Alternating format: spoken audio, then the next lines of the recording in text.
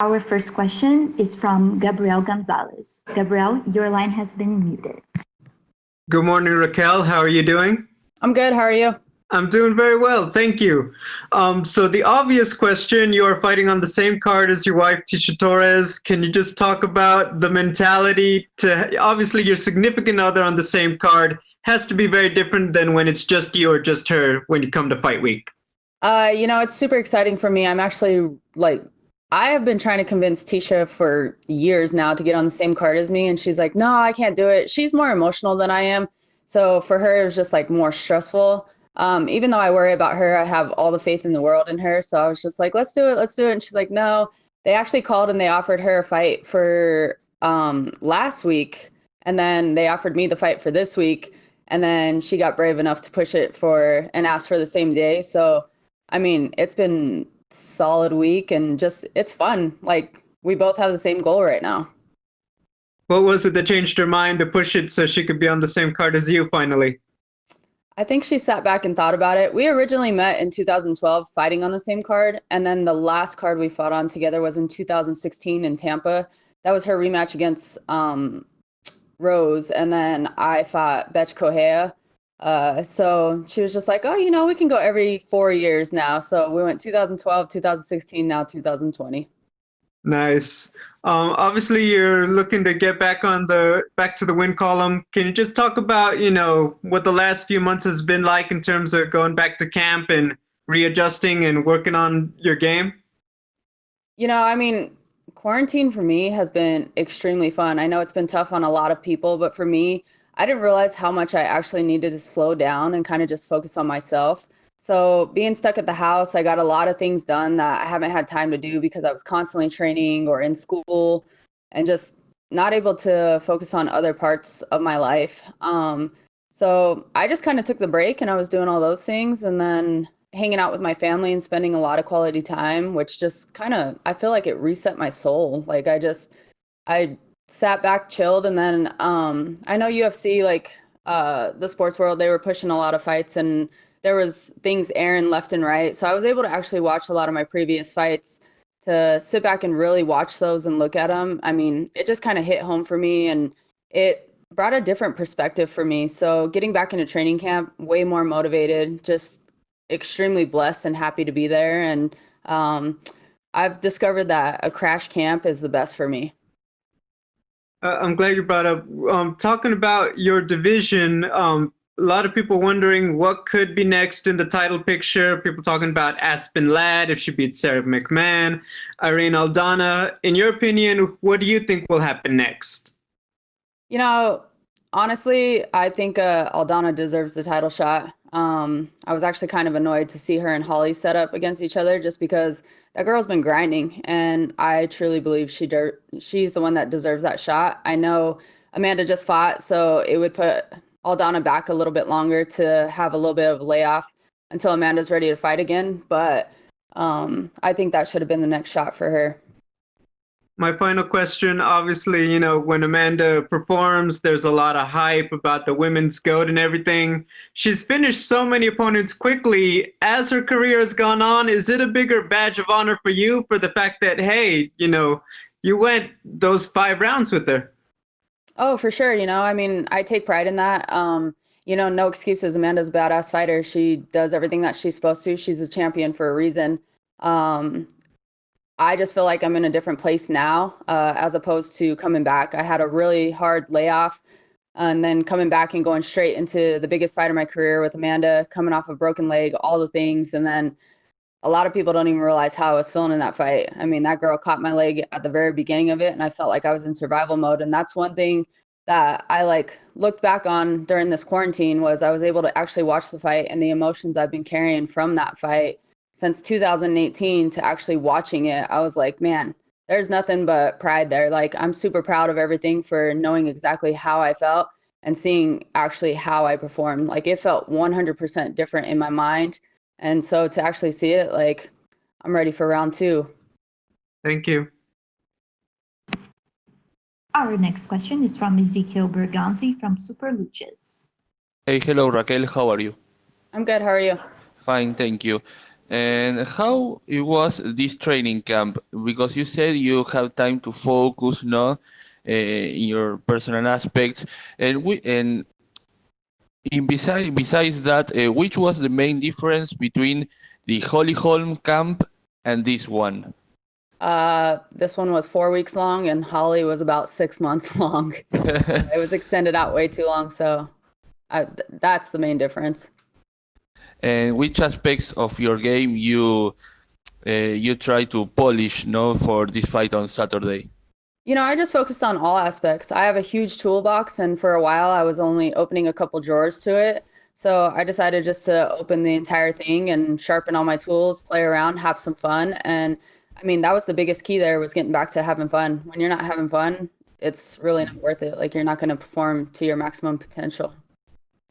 And what do you think about your opponent? Do you have the chance to study her and see how the game plan she brings in every fight? Oh, of course. I mean, being a female athlete and knowing the struggles that we went through to get to where we're all at today. I mean, I've watched all these girls from a lot of their first fights and so on. So, I mean, we obviously know what she's about and stuff and whatnot, but my main focus was just focusing on me. And Amanda talked about a possible retirement. And what do you think will happen with the division after, if she, relinquished her titles? What will happen with the bantamweight division, in your opinion? There's a lot of talent in this division. So, I mean, everybody wants where Amanda's at. We're all going to be fighting for it. I mean, Amanda's career is what it is. She's done some wonderful things for herself. And then, of course, she has a baby on the way and whatnot. But in my opinion, I don't think she's done fighting.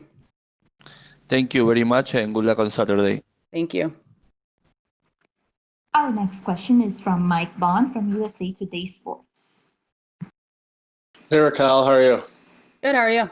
I'm good. Happy to finally track you down here. I want to circle back to the beginning part when you're talking a little bit about fighting on the same card as Tisha. What's the fight night plan look like? Because obviously this is a little bit different in terms of how long you guys got brought to the Apex in terms of like before your fight and everything. Are you even going to watch her fight before yours? Like, what's kind of the approach on fight night with you two?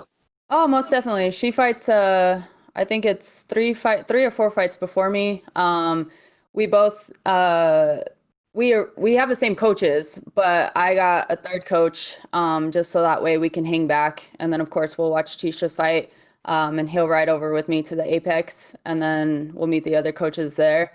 But I mean, that's pretty much it. She goes out and performs first, and then I think it works best for her because, like I said before, she's super emotional, so she won't have to stress about me until after she's done.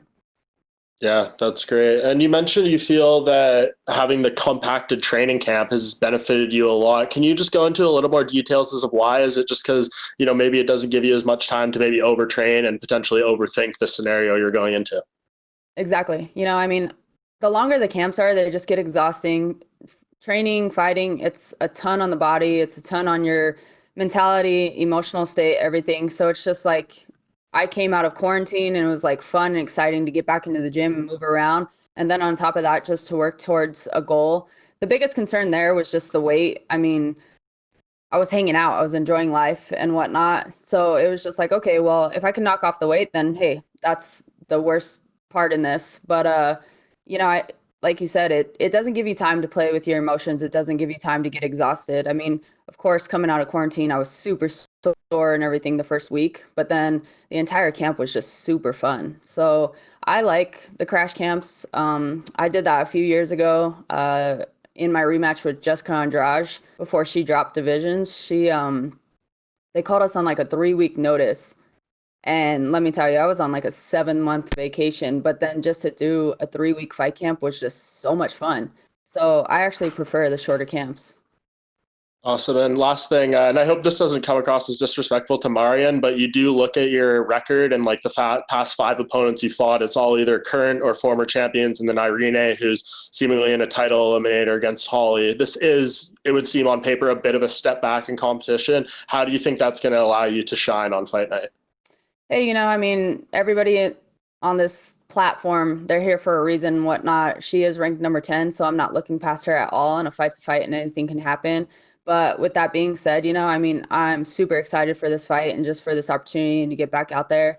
Like I said, quarantine for me was a huge reset, and to actually step back and look in the mirror. I mean, sometimes there's parts of us that we don't really want to look at. And I took that time to look at those things and process a lot of emotions in my career and the different things. And now I just feel like completely different. And this atmosphere is going back to 2013 for me with The Ultimate Fighter. And it was like, I put on a highlight performance with Jessamyn Duke. We won fight of the season on there. So overall, I'm freaking ecstatic for this fight. Awesome. Thanks, Raquel. Looking forward to it. Thank you. Our next question comes from Damon Martin with MMA Fighting. Hey, Raquel, your last fight with Holly Holm, I know it was a very frustrating fight for you the way it played out. And you just mentioned your fight with Jessamyn, fight of the season. You're known for having exciting fights. How frustrating was that fight? And do you carry that over into a fight like this? Do you say, like, I want to go out and have a more exciting fight, or hope that Marion is kind of a more willing opponent?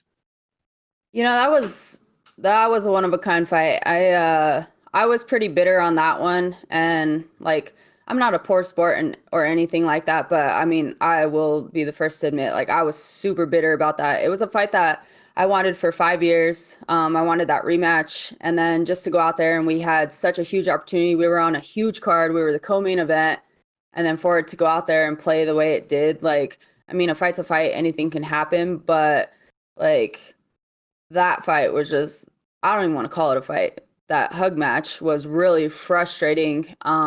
And it kind of just like, that was one of the ones. It was funny because back when I originally fought her, I was like, man, I should have beat this chick. So it kind of lit the flame. And then I went on my winning streak. And then I had a setback with going into my surgeries and everything else, and then coming back in that. And then now all of a sudden that fight did the same thing again. I was like, oh, it lit the flame all over again. So now it's just like, there's a new fire burning. And for sure, I definitely want a different performance come Saturday.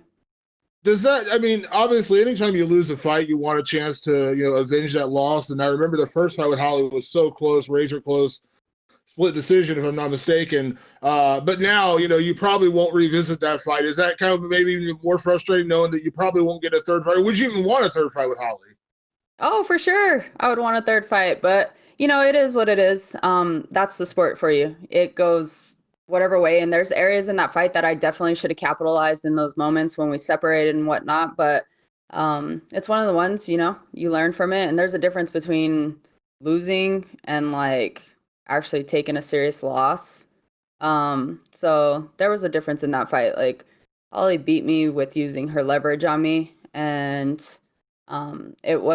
it's just one of the ones to where the frustration came in. But hey, the past is the past, so let's throw it out the window. It's going to be 10 times more exciting in the future. And here's my new opportunity come Saturday. Do you feel like Marion is that kind of willing opponent who is going to give you a fight, who's going to bring the fight to you, which obviously then gives you more opportunities to create more offense, things like that? Oh yeah, she likes to come out. She definitely likes to strike and do stuff. So I think it's going to be a fun scrap. You mentioned a minute ago, everyone talked about Amanda Nunes saying she may retire. I think a lot of people are believing that, taking time off, probably not retiring, but you said you don't think she's retiring either. I'll ask you the question, why? Do you just believe it's just a matter of the timing of the fight coming off and she just wants to take some time off, or why do you believe she's going to fight again? So there's a couple things. I mean, Amanda's accomplished so many things in her career to where, yeah, is she satisfied and can she walk away? For sure. But at the same time, I mean, she's still young. She's in her prime. And I mean, right now, I think it's just she has a baby on the way. Her and Nina got married and stuff, and she's building her family. So she's focusing on a different part of her life currently, which is completely fine. I mean, sometimes you get so surrounded by the fight game and lost in it, but now she's looking into a different part. But I think inside, like, the fighting's still there. Like, she's not ready to fully give it up. Does she want the time off? Sure. And then probably in a few months, once it's said and done, she's going to be like, oh man, she's going to have that itch again. It's kind of one of those things to where, when do we all know when it's going to be time to actually retire? And as you see previously, like, a lot of the athletes, they go into retirement, but then here they are a year later back out of it. So she's not done. Thanks, Raquel. Thank you. That's all the time we have for you today, Raquel. Thank you. Cool. Thank you.